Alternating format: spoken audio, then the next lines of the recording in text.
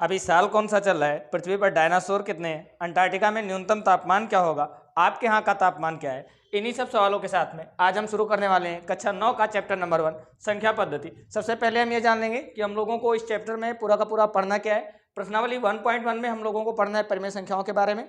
Simple है, कक्षा 6, 7, 8 से ही हम पढ़ते आ रहे हैं। प्रश्नावली 1.2 में हम पढ़ेंगे संख्या रेखा पर अपरिमेय संख्याओं का निरूपण।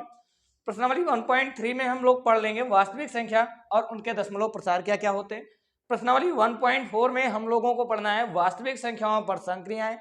प्रश्नावली 5 में हम लोग पढ़ेंगे वास्तविक संख्याओं पर घातांकों के नियम।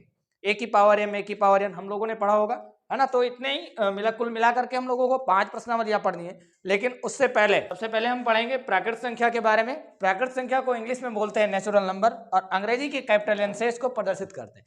प्राकृतिक संख्याएं जो हमको अपने आसपास से देखने को मिल जाए, जैसे 1 2 3 4 5 6 7 8 डॉट डॉट डॉट करके, ठीक है। उसके बाद में आप लोगों को याद होगा, मैंने स्टार्ट में आप लोगों से पूछा था कि पृथ्वी पर डायनासोर कितने हैं। तो जो लोग जानते होंगे ना, उन्हें पता होगा कि डायनासोरों का ना इस पृथ्वी से अंत हो चुका है।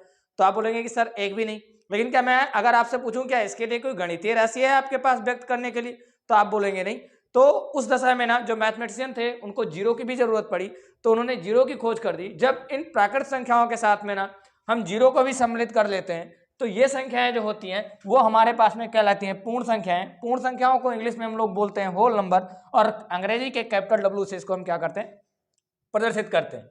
फिर वीडियो के स्टार्ट में मैंने आपसे पूछा था कि अंटार्कटिका का न्यूनतम तापमान क्या होगा। तो जो लोग जानते होंगे उन्हें पता होगा कि वहां पे ना बहुत ज्यादा ठंडी पड़ती है और कई बार वहां का जो तापमान है ना वो ऋणात्मक में चला जाता है। तो उस दशा में ना मैथमेटिशियन को ऋणात्मक संख्याओं की भी जरूरत पड़ी, तो उन्होंने क्या किया, ऋणात्मक संख्याओं की भी खोज कर दी। तो इन पूर्ण संख्याओं के साथ में ना जब हम ऋणात्मक संख्याओं को भी ले लेते हैं, तो ऐसी संख्याओं को ना हम पूर्णांक बोलते हैं। पूर्णांक को इंग्लिश में बोलते हैं इंटीजर और अंग्रेजी के कैपिटल जेड से इसको प्रदर्शित करते हैं। अब अंग्रेजी के कैपिटल जेड से इसको क्यों प्रदर्शित करते हैं, उसके पीछे एक कारण होता है। एक्चुअली ये जो पूर्णांक है ना, ये जो जेड है, इस जेड का जो फुल फॉर्म होता है वो होता है, ये जर्मन के एक वर्ड से लिया गया है, जेलिन। जेलिन का अर्थ होता है गिनना। इस वजह से जो जर्मन के लोग थे ना, उन्होंने वहां के मैथमेटिशियन ने क्या किया था, पूर्णांकों की खोज की थी। तो उन्होंने अपने वहां के वर्णमाला से क्या किया था, इसको प्रदर्शित किया था। फिर अब घर में ना अपने पास में एक स्वादिष्ट सा पिज्जा आया, और जैसे ही पिज्जा आया तो हुआ क्या कि आपका जो छोटा भाई था उसने क्या किया, पिज्जा खा लिया।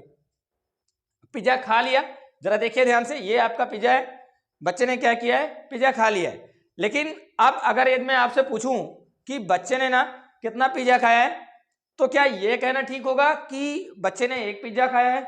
नहीं भाई, आया ही तो हमारे पास में एक था, तो एक पिज्जा कैसे खा गया? क्या मैं ये बोलूं कि कुछ खाया है, तो आप बोलोगे कि हाँ ये चीज ठीक हो सकती है, कुछ खाया। लेकिन मैं बोलूं ना कि एक्चुअल में कितना खाया है, तो उस दशा में क्या होगा ना, हमको एक संख्या की जरूरत पड़ेगी।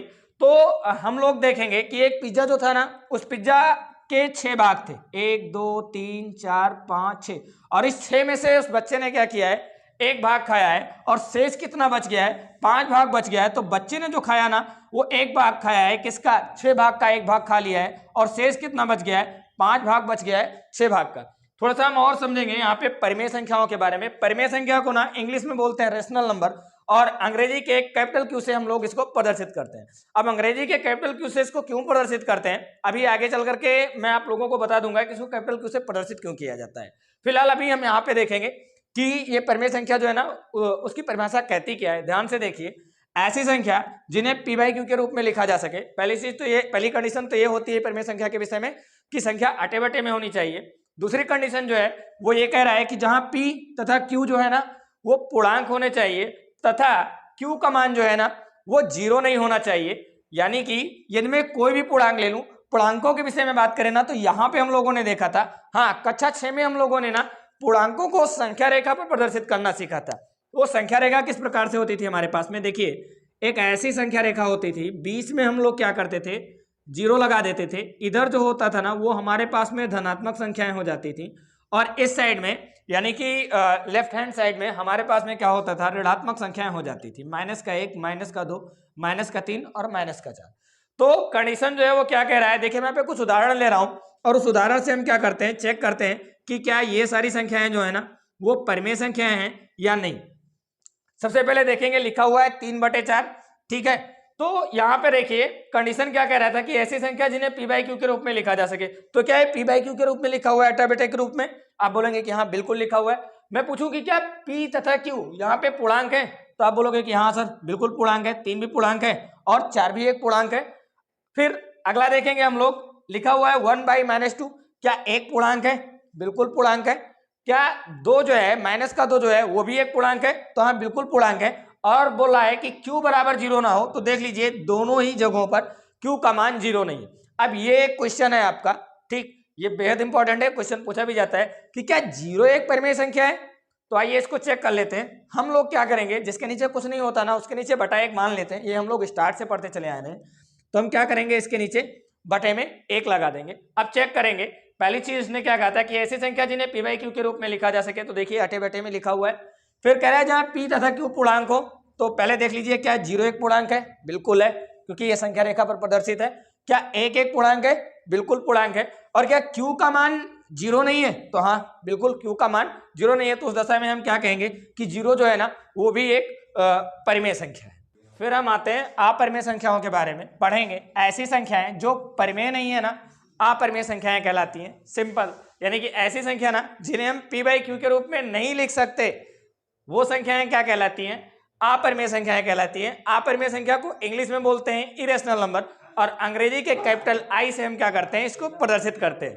ठीक, बड़ा सिंपल है। ऐसी संख्या जिन्हें पी बाई क्यू के रूप में नहीं लिख सकते हम। ठीक, अब जैसे मैं यहाँ पे ना क्या कर रहा हूँ, कुछ उदाहरण ले रहा हूँ। मैंने जैसे लिख दिया √3, √2। ठीक, अब ये मैं आपसे पूछूं कि क्या ये परिमेय संख्या है ना, तो एक बार चेक कर लेते हैं कि क्या एक परिमेय संख्या है। नीचे बटा 1 लगा देते हैं दोनों में। ठीक, तो देखते हैं क्या क्या कंडीशन थी। ऐसी संख्या जिन्हें पी बाई क्यू के रूप में लिखा जा सके, तो हाँ भाई पी बाई क्यू के रूप में लिखा हुआ है अटे बटे में, ये भी अटे बटे में लिखा हुआ है। फिर कह रहा है Q is can not be equal 0, Q का मान 0 नहीं होना चाहिए, तो बिल्कुल 0 नहीं है, 1 1 लिखा हुआ है। लेकिन जब इसकी दूसरी कंडीशन को हम देखेंगे ना, दूसरी कंडीशन क्या कह रही है, जहां p तथा q जो है ना वो पूर्णांक होने चाहिए। तो एक बात बताइए, क्या √3 और √2 जो है ना, क्या वो पूर्णांक है? जरा देखिए ध्यान से। मैं यहाँ पे ना क्या करता हूँ, संख्या रेखा एक बार दोबारा से बना के आपको दिखाता हूँ। इस तरीके से जब हम लोगों ने संख्या रेखा बनाई थी, बीच में 0 डाला था, इधर क्या किया था, धनात्मक संख्याओं को लिया था, और इधर क्या किया था, हम लोगों ने ऋणात्मक संख्याओं को लिया था। क्या रूट वाली संख्याओं को हमने लिया था इस संख्या रेखा पर? तो आप बोलेंगे कि बिल्कुल नहीं सर।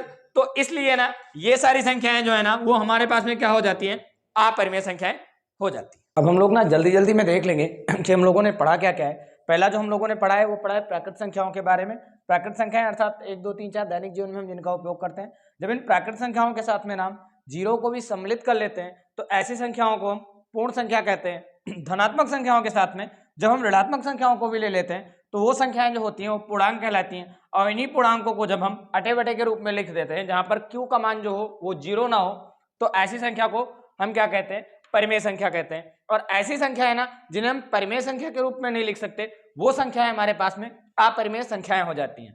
अब यही सारी संख्याएं मिला करके ना, इन्हीं सारी संख्याओं को मिला करके हम क्या बोलते हैं, वास्तविक संख्याएं। कौन सी संख्या? वास्तविक संख्याएं, यानी कि ऐसी संख्या है ना जिनका हम अपने दैनिक जीवन में उपयोग करते हैं। और नंबर सिस्टम की इस इकाई में हम लोगों को वास्तविक संख्याओं के विषय में ही पढ़ना है। अब ना वास्तविक संख्याओं के विषय में हम लोगों ने जान लिया। अब कुछ छोटी छोटी बातें और हैं जिनको हम जानेंगे। सबसे पहले हम जानेंगे धन पूर्णांकों के योग के विषय में हम लोग जानेंगे। अब ये धन पूर्णांक क्या होते हैं? संख्या रेखा पर ना राइट साइड में 0 के दाहिने तरफ जो पूर्णांक होते हैं ना, वो सारे क्या होते हैं, धनात्मक पूर्णांक होते हैं। तो इन धन पूर्णांकों के योग अर्थात जोड़ के विषय में हम लोग जानेंगे। सबसे पहले एक स्टेटमेंट छोटा सा पढ़ेंगे। देखिए लिखा हुआ है ए और बी, कोई धन पूर्णांक हो ना, कोई दो धनात्मक संख्याएं हो, कोई भी हो सकती हैं, तो उनका योगफल यानी उनको जोड़ने पर a प्लस बी करने पर वो पूर्णांक होगा जो गिनती के क्रम में a के आगे b बार गिनती की क्रिया करने से प्राप्त होता है। यानी कि मैं समझाता हूं आपको एक उदाहरण से। मैं यहाँ पे ना कोई दो धन पूर्णांक ले रहा हूं। उदाहरण के लिए मान लिया कि मैंने ना 2 ले लिया, एक धन पूर्णांक, और दूसरा जो धन पूर्णांक है ना वो हमने क्या ले लिया, 3 ले लिया। और जब हम ना इनको a प्लस बी करते हैं ना, 2 में इस 3 को जोड़ते हैं ना, तो 2 और 3 कितना होता है, 5 होता है। तो ये क्या कह रहा है कि a प्लस बी वो पूर्णांक होगा जो गिनती के क्रम में ये के आगे ए के आगे बी बार गिनती की क्रिया करने से प्राप्त होगा। यानी ये के आगे ना, यानी इसके आगे अगर आप बी बार यानी 3 बार पढ़ोगे, देखो 2 फिर 3 फिर 4 फिर 5, कितनी बार मैंने पढ़ा? 3 बार पढ़ा। गिनती की क्रिया में कितनी बार पढ़ा? 3 4 और 5। तो बी बार पढ़ने पर ना जो गिनती की क्रिया करने से प्राप्त होता है वही इन ए प्लस बी का क्या हो जाता है? योगफल हो जाता है। अब ना यहाँ पे हम कुछ और नियमों के बारे में पढ़ेंगे, ठीक है। पूर्णांकों के योग के विषय में ना कुछ रूल्स हैं, उनको भी हम लोग क्या करेंगे यहाँ पे क्लियर कर। अब ना यहाँ पे जब हम दो धन पूर्णांकों को जोड़ते हैं ना, तो दो धन पूर्णांकों को जोड़ने के लिए ना कुछ रूल्स होते हैं, कुछ नियम होते हैं। तो ये जो धनात्मक वाली संक्रिया होती है, संक्रियाएं कितनी होती हैं? प्लस माइनस गुना और भाग, ये 4 संक्रियाएं होती हैं। तो इनमें से ना जो जोड़ने की संक्रिया है ना, पूर्णांकों के जोड़ने की संक्रिया, वो इतने नियमों का पालन करती है। पहला जो नियम है अपने पास में वो बोला जाता है संवरक नियम। ये संवरक नियम क्या कहता है कि दो धनात्मक पूर्णांकों को जोड़ने पर ना जो योगफल होगा ना वो सदैव एक धनात्मक पूर्णांक ही आएगा। उदाहरण के लिए ना मैं क्या कर रहा हूं, यहां से कोई दो धनात्मक पूर्णांक ले लेता हूं, तो मैं क्या कर रहा हूं, 3 को ले रहा हूं और 4 को ले रहा हूं। तो जब इन दोनों को जोड़ूंगा ना तो 3 और 4 का योगफल कितना आ जाएगा अपने पास में? 7, ठीक। और ये 7 भी क्या है? एक धनात्मक पूर्णांक है, ठीक। बस इतनी सी बात ये संवरक नियम जो है वो कहना चाह रहा है। आगे आ जाएंगे हम लोग क्रम विनिमय नियम पे। क्रम विनिमय नियम क्या कहता है? ध्यान से सुनिए। क्रम विनिमय यानी क्रम में विनिमयता उत्पन्न करना, क्रम विनिमय नियम। देखिए जरा एक बार सेंटेंस पढ़ते हैं। कह रहा है कि दो धन पूर्णांक, यदि दो धन पूर्णांक a प्लस बी हों तो उनके क्रम में परिवर्तन करने से, अर्थात b प्लस ये कर देने से उनके मान में परिवर्तन नहीं होता है। यानी कि क्रम विनिमय का नियम क्या बोलता है कि चाहे आप a प्लस बी दो धन पूर्णांकों को ऐसे ऐसे लिख के जोड़ो, चाहे ऐसे ऐसे लिख के जोड़ो। उदाहरण के लिए मैं क्या कर रहा हूं, यहाँ पे दो धन पूर्णांक ले रहा हूं। मान लो कि मैंने क्या ले लिया, 2 ले लिया और 5 ले लिया। तो ये क्या कहना चाह रहा है कि 2 प्लस 5 का योगफल जितना आएगा ना उनके क्रमों में, उनके क्रम में, यानी 5 प्लस 2 करने पर भी जो मान होगा ना वो क्या हो जाएगा?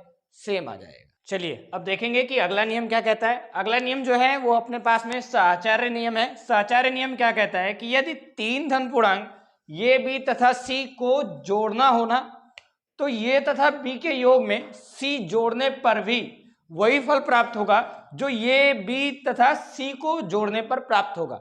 यानी कि कहने का मतलब क्या है कि यदि मैं यहाँ पे ना कोई 3 पूर्णांक ले लेता हूं, मान लो मैंने ले लिया 2 3 और 4 को, तो इनका योग जरा देखना कि क्या हो जाएगा अपने पास में। 2 3 और 4 का 3 2 5 और 4 मिला करके कितने हो जाएंगे? 9। और ये क्या कह रहा है कि ये तथा बी के योग में सी जोड़ने पर, ये तथा बी के योग में ना, तो देखो वही तो किया गया है, ये तथा बी। यानी कि अगर मैं पहले ही जोड़ लू ना इस 2 को और इस 3 को, 2 + 3 करने के बाद में फिर क्या करूं, फिर इसमें सी को जोड़ू, तो क्या मान में कोई परिवर्तन होगा? 3 2 5 और +4 बराबर में अपने पास में क्या हो जाएगा? 9 हो जाएगा। यानी कि मान में, योगफल में कोई भी परिवर्तन नहीं होगा। चाहे a plus b plus c आप कर रहे हो, चाहे b plus c plus a कर रहे हो। उदाहरण के लिए मैं इस प्रकार से लिखना चाहूं इसको, 4 + 3 यानी b तथा c के योगफल में मैं क्या करूं, ये के योगफल को जोड़ूंगा ना, तब भी क्या होगा? मान में कोई परिवर्तन नहीं होगा। ये क्या कह रहा है हमारे पास में? साहचर्य नियम कह रहा है। ये सारे जो रूल्स है ना, इन नियमों का अभी हम लोगों को आवश्यकता पड़ेगी आगे चल करके। ये इतने सारे ना धन पूर्णांकों को जोड़ने की संक्रियाओं के नियम है, ठीक। अब आगे हम लोग क्या करेंगे, गुणा की संक्रिया ना कितने नियमों का पालन करती है उसके विषय में पढ़ेंगे। उसके बाद फिर क्या होगा, हम लोग प्रश्नावली पे चलेंगे। अब ना हम लोग दो धन पूर्णांकों को ना गुणा करने की संक्रियाओं के नियमों के विषय में पढ़ेंगे। पहला जो नियम है वो है अपने पास में संवरक नियम। पहला संवरक नियम जरा वहां पे योग की संक्रिया में क्या कहता था कि यदि दो धन पूर्णांकों को जोड़ा जाए ना तो योगफल जो होता है ना वो सदैव एक पूर्णांक ही आता है। बस सिंपल वही चीज है यहाँ पे। ये क्या कह रहा है कि दो धन पूर्णांकों का ना गुणनफल भी सदैव एक धन पूर्णांक होता है। उदाहरण के लिए मैं कोई भी दो धन पूर्णांक ले लू ना, 2 को ले लूं और 3 को ले लूं, ठीक। और यदि इनका गुणा कराऊंगा ना तो उत्तर में हमारे पास में क्या आ जाएगा? एक धनात्मक पूर्णांक आ जाएगा। दूसरा जो हम लोगों ने वहां पे पढ़ा था योगफल में, वहां पे क्या पढ़ा था हम लोगों ने, क्रम विनिमय नियम के विषय में। यानी यदि क्रमों में हम लोग उलटफेर कर देते हैं तो क्या होता है, मान में कोई भी परिवर्तन नहीं होता। सेम चीज यहां भी है कि दो धन पूर्णांकों को किसी भी क्रम में गुणा किया जाए तो परिणाम जो होता है ना वो सदैव समान होता है। ठीक, यानी कि मान में ना कोई परिवर्तन नहीं होता। आप किसी भी क्रम में लिख सकते हैं। उदाहरण के लिए मैं यहाँ पे दो पूर्णांक लेके दिखा रहा हूं आपको। दो पूर्णांक हमने ले लिया 2 और एक पूर्णांक हमने ले लिया 3। जब इनका गुणा कराता हूं ना तो हमारे पास में उत्तर क्या आ जाता है, 6 आ जाता है। इसी प्रकार जब इनके क्रम में ना उलटफेर करके मैं गुना करता हूं ना तो 3 दूना कितना आ जाता है, 6 आ जाता है। यानी कि क्रमों में उलटफेर करने से मान में किसी भी प्रकार का कोई भी परिवर्तन नहीं होता है। तो ऐसा नियम जो होता है ना वो क्या कहलाता है, क्रम विनिमय नियम कहलाता है। अगला जो नियम है अपने पास में वो है साहचर्य नियम। साहचर्य नियम देखेंगे क्या कहता है कि 3 धन पूर्णांक ये बी तथा सी में यदि ये से ना बी तथा सी के गुणनफल में हम गुणा करा दें और ये बी के गुणनफल में ना हम सी से गुणा करा दें तो मान जो होगा ना वो मान में किसी भी प्रकार का कोई भी परिवर्तन नहीं होगा। उदाहरण के लिए यदि मैं 3 पूर्णांक ले लूं, ये बराबर 2 ले लूं, बी बराबर 3 ले लूं और सी बराबर 4 ले लूं और इस बीसी के गुणनफल, बीसी का गुणनफल जरा देखना अपने पास में क्या आएगा, 3 चौक 12 में ना ए से गुना कराऊं, यानी बीसी के गुणनफल में ना मैं ये से गुना कराऊं और चाहे यहां पर देख लीजिए ए बी का गुणनफल, ए बराबर हमने क्या लिया था 2 लिया था, बी बराबर हमने क्या लिया था 3 लिया था, इसके गुणनफल में मैं सी अर्थात 4 से गुना कराऊं तो जो मान होगा ना उसमें किसी भी प्रकार का कोई भी परिवर्तन नहीं होगा। ये कहता है हमारे पास में साहचर्य नियम। अब देखिए अगला जो नियम है ये थोड़ा इंपॉर्टेंट है, ये अपने पास में वितरण नियम है। देखते हैं वितरण नियम क्या कहता है कि 3 धन पूर्णांक ए बी तथा सी में यदि हम पहले क्या करें ना बीसी का योगफल ले लें फिर ये में गुना कराएं अथवा इस ए को ना क्या करें इस बी तथा सी में बांट दें, वितरित कर दें। इसीलिए इस वितरण नियम को ना बंटन नियम भी कहा जाता है। इस ए को क्या करें बी तथा सी के साथ में बांट दें, यानी कि ये इंटू बी और ए इंटू सी कर दें तो मान में कोई परिवर्तन नहीं होता है। ऐसा कहता है अपने पास में वितरण नियम। अब इसको एक उदाहरण से समझेंगे। ए बराबर मैं 2 मान लेता हूं, बी बराबर 3 मान लेता हूं और सी बराबर क्या मान लेता हूं 4 मान लेता हूं। पहला रूल क्या कहता है, सेटिस्फाई करते हैं कि 2 इंटू बी प्लस सी, यानी बी तथा सी का योगफल करके गुना करूं अथवा इस ए को क्या करूं ना बी तथा सी के साथ बांट दूं। ये को क्या करूं बी तथा सी के साथ में बांट दूं, यानी कि 2 इंटू 3 और प्लस 2 इंटू 4 करूं उसके बाद योगफल करूं तो मान में कोई भी परिवर्तन नहीं होता है। यानी कि चाहे मैं पहले योगफल कर लूं 4 3 7 फिर गुना कराऊं तो उत्तर समान आएगा, अथवा मैं क्या करूं इस 2 को ना इस ए को ना बी और सी के साथ में बांट दूं तो देखिए 2 3 6 और 2 चौके 8, तो 8 और 6 अपने पास में क्या आ जाएगा 14 आ जाएगा। यानी कि मान में किसी भी प्रकार का कोई भी परिवर्तन नहीं आएगा। ये नियम अपने पास में क्या कहलाता है, वितरण नियम अथवा बंटन नियम।